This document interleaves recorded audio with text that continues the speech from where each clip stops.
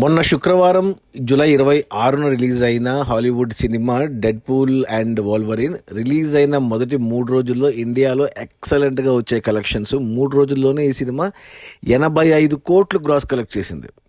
ఇక అందులో జిఎస్టీ తీసేస్తే నెట్ కలెక్షన్స్ వచ్చేసి 67 కోట్లు ఉంది. ఇది అద్భుతం అని చెప్పాలి.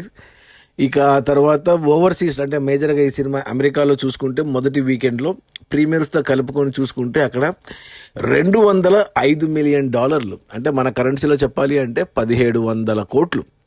ఈ సినిమా బడ్జెట్ కూడా $200 మిలియన్, ఆల్మోస్ట్ 1600 కోట్లు.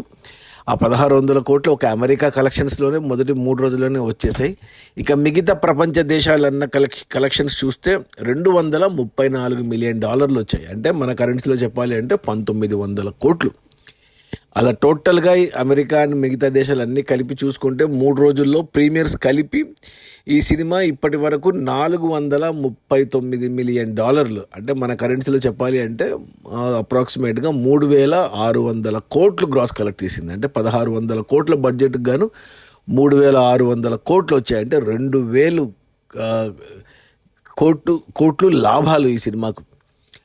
ఇక ఈరోజు సోమవారం వర్కింగ్ డే అయినా కానీ సినిమాకు రివ్యూస్ బాగా వచ్చాయి, టాక్ బాగా వచ్చింది. సో ఈ మొదటి వారంలో ఖచ్చితంగా సినిమా $1.5 బిలియన్ మార్క్ టచ్ అవుతుంది. అంటే $500 మిలియన్, అంటే 4000 కోట్లు కన్ఫర్మ్ టచ్ అవుతుంది. ఇక ఆ పైన 2వ వారంలో 3వ వారంలో లేదా 4వ వారంలో $1 బిలియన్ అయితే నాకు క్లియర్గా కనపడుతుంది ఈ సినిమా కలెక్షన్స్.